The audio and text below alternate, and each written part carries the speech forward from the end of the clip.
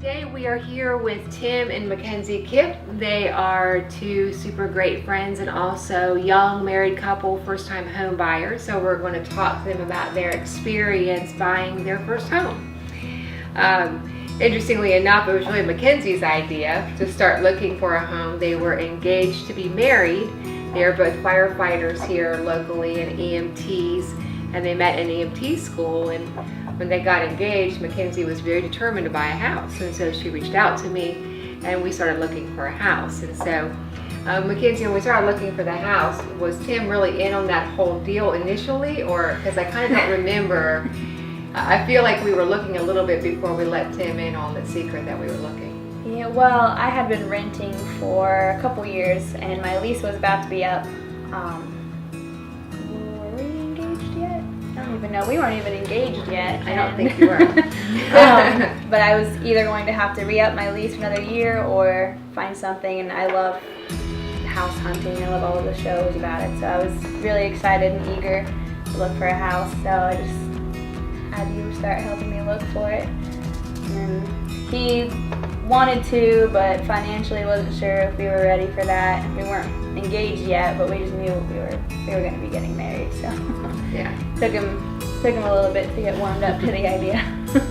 So when she told you she wanted to go ahead and buy a house right from the get-go, Tim, that's kind of scary. I mean, that's a big deal, buying your first house. So how did she kind of convince you to take the leap and buy a house? But hadn't gotten engaged yet, but we already knew we were going to get married.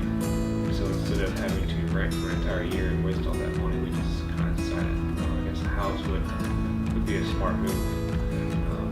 But we weren't sure if we could financially do it yet until we actually started going through the process. So was that like a compelling reason for you guys just not wanting to throw money away in rent? Pretty much. But I don't know if you remember, right before we found this house, I told you that I wanted to stop looking. Right. And you told me no, we weren't going to stop. So I was like, well, this is the kind of house I'm interested in, which I sent you this house. And you're like, it was Sunday morning right before church. You're like, we need to go look at this right now. Tim was at work. And I was like, okay. Yeah. So Yeah. I couldn't get a hold of him, so I just met you here with Josh and Rebecca.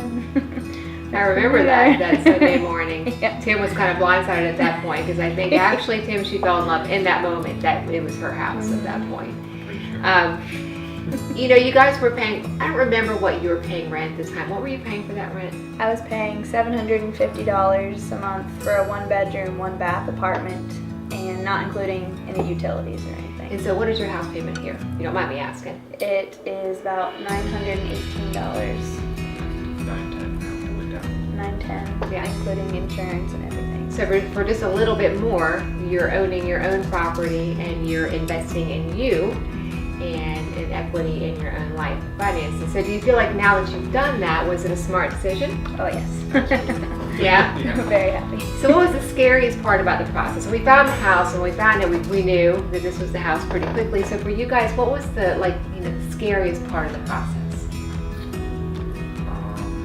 Probably the finances.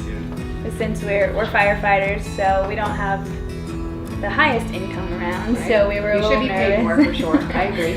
We were a little nervous about just getting the initial money to make changes where we needed them here. There was a few updates that still needed done, so, and just all together buying a house was just a little intimidating. It's a little scary going into the market, especially if you don't know the realtor. You don't know who you can trust, so it was nice knowing you beforehand anyway. We knew we could trust you, and you were very reliable. Anytime we had questions, you were there to answer, and you made everything seamless. Like, I feel like we didn't even do anything at all. You just took care of everything for us. Well, that's what I like. I like to hear that because that's what I strive for. I Yes. don't always get it, but I strive for you to get to the table and it'd be a pretty easy process for you guys. Did it make a difference for you guys in pushing forward, to make the decision to have somebody you trusted? If you weren't with a realtor you knew and trusted, would it have been a harder decision? I think so. Especially when it came to having to negotiate for the house. Since there was another buyer involved, we wouldn't have known how much to increase our bid by, or if we should just leave it at that. Yeah. But you you guided us through that pretty well and explained things very simply, and it just needed to trust you. Ended up getting the house, so it all worked out. Yeah, well, it's kind of it can be kind of scary when you find the house you love and then you get in a multiple offer situation, which is happening a lot here now, and we won.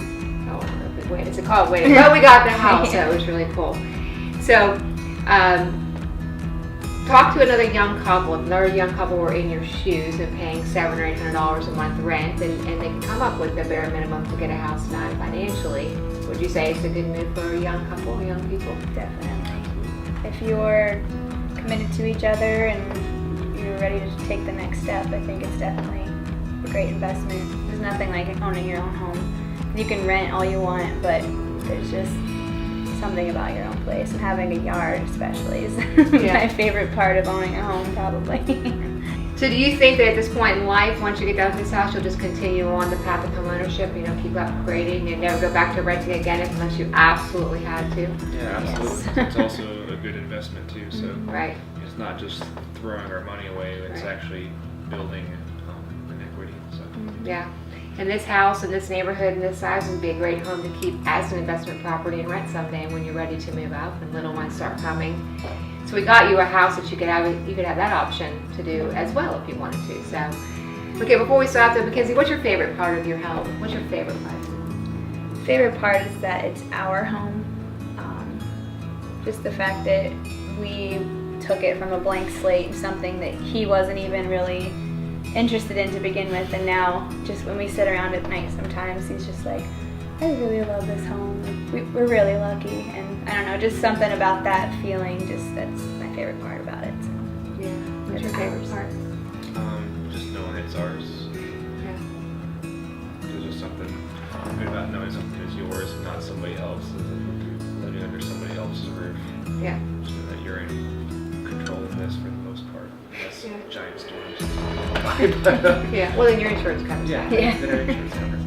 I tell you, one of my favorite things is working with first-time home buyers, because while it'll never be the highest sale I'll ever make, it is the most gratifying for me because it's just so fun to sit at the closing table and watch those signatures happen and you walk out as first-time home buyers. It's a very special feeling for me as a realtor. So thanks here as a realtor to be able to do that, especially with people I love. So that makes it even better. So thank you for letting me do that with you guys. It's been a real privilege, and I'm sure we'll be buying your next house together someday when you're ready to do that. So.